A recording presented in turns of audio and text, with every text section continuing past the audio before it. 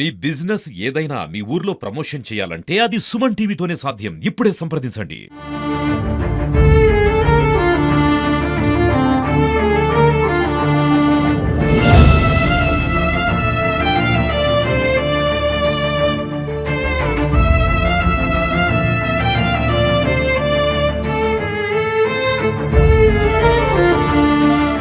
తమ శత్రువులపై కక్ష సాధించేంత వరకు కూడా నిద్రపోని ఘటనలు, అదేవిధంగా తమ కుటుంబంలో ఉన్న మగవాళ్ళను సూటిపోటి మాటలతో రెచ్చగొట్టే ఒక సన్నివేశాలనైతే ఇప్పటివరకు తెలుగు ఫ్యాక్షన్ సినిమాలను చూశాం. కానీ సూర్యాపేటలో వెలుగు చూసిన పరువు హత్య కేసులో మాత్రం సంచలన విషయాలైతే వెలుగులోకి వస్తున్నాయి. ఈరోజు విచారణ దాదాపు పూర్తి కావచ్చింది. మరికొద్ది గంటల్లోనే నిందితులను మీడియా ముందు ప్రవేశపెట్టే అవకాశం అయితే కనబడతా ఉంది. ఈ మొత్తం సీన్లో మాత్రం ఎవరైతే భార్గవి ఉందో భార్గవి నానమ్మనే కీలకంగా కూడా పోలీసులు అయితే చెప్తున్నారు. ఆమె రెచ్చగొట్టడం వల్లనే మనవలను హత్యకు పాల్పడినట్లు తెలుస్తూ ఉంది. ప్రస్తుతం అయితే మనం చూడొచ్చు, ప్రస్తుతం రూరల్ పోలీస్ స్టేషన్లో ఉన్నాం. విచారణ మాత్రం పూర్తి కావచ్చిన పరిస్థితి అయితే కనబడతా ఉంది. ఎక్కువ గత మృతదేహం అంతా ఏదైతే రాత్రి 26వ తారీఖు రాత్రి కృష్ణను అలియాస్ బంటిని హత్య చేసిన తర్వాత తమ నానమ్మ బుచ్చమ్మనే కీలక సూత్రధారి. బుచ్చమ్మ పదే వీళ్ళని రెచ్చగొట్టడము, ఎందుకురా అన్నం తింటున్నారు మీరు, ఎలా తినబుద్దవుతుందిరా అంటూ కూడా రెచ్చగొట్టి వాళ్ళ మనవలను మాత్రం మొత్తం కూడా ఒక కక్ష సాధింపు ధోరణిలో బుచ్చమ్మ అయితే తమ మనవలకు నూరిపోసా ఉంది. మొదటి నుంచి మనవరాలు కులాంతర వ్యూహాన్ని వ్యతిరేకిస్తూ వస్తూ ఉంది బుచ్చమ్మ. ఈ నేపథ్యంలో కొన్ని నెలలుగా తన కుమారుడు మనుమలను రెచ్చగొడుతూ హత్యకు పరోక్షంగా కారణమైనట్లయితే పోలీసులు గుర్తించారు.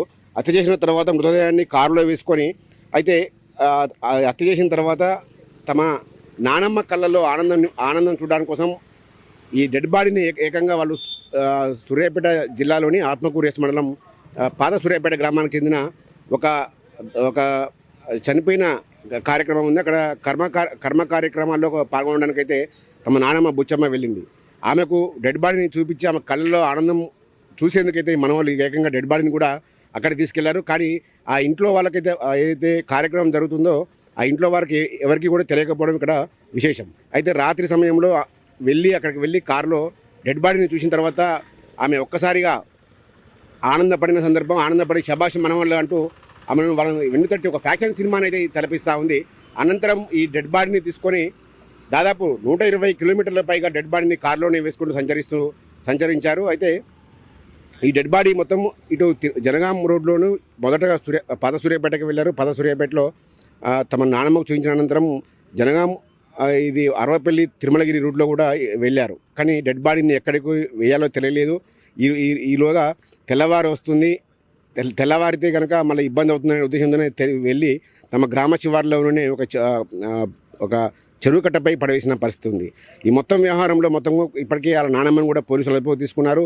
ఆమె నానమ్మ రెచ్చగొట్టడం వల్లనే వీళ్ళు ఇద్దరు మనమలు నవీన్, వంశీ ఏదో బైరు మహేష్తో హత్యలో పాల్గొన్నారో నవీన్ వాళ్ళ మనమళ్ళు, భార్గవి సోదరులు నవీన్, వంశీ కూడా వాళ్ళ నానమ్మ రెచ్చగొట్టడం వల్లనే పూర్తిగా హత్య చేసినట్లయితే పోలీసులు నిర్ధారణకు వచ్చిన పరిస్థితి. మరికొద్ది గంటల్లో మీడియా సమావేశం ఏర్పాటు చేసే అవకాశం ఉంది.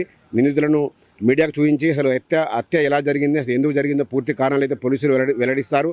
అనంతరం వారిని న్యాయస్థానంలో ప్రవేశపెట్టే అవకాశం అయితే కనబడతా ఉంది. మొత్తంగా చూసుకుంటే కేవలం ఈ సినీ తరహాలో నానమ్మ మనవలను పదే రెచ్చగొట్టడమే హత్యకు ఒక పరోక్షంగా కారణం కూడా పోలీసులు అయితే గుర్తించారు.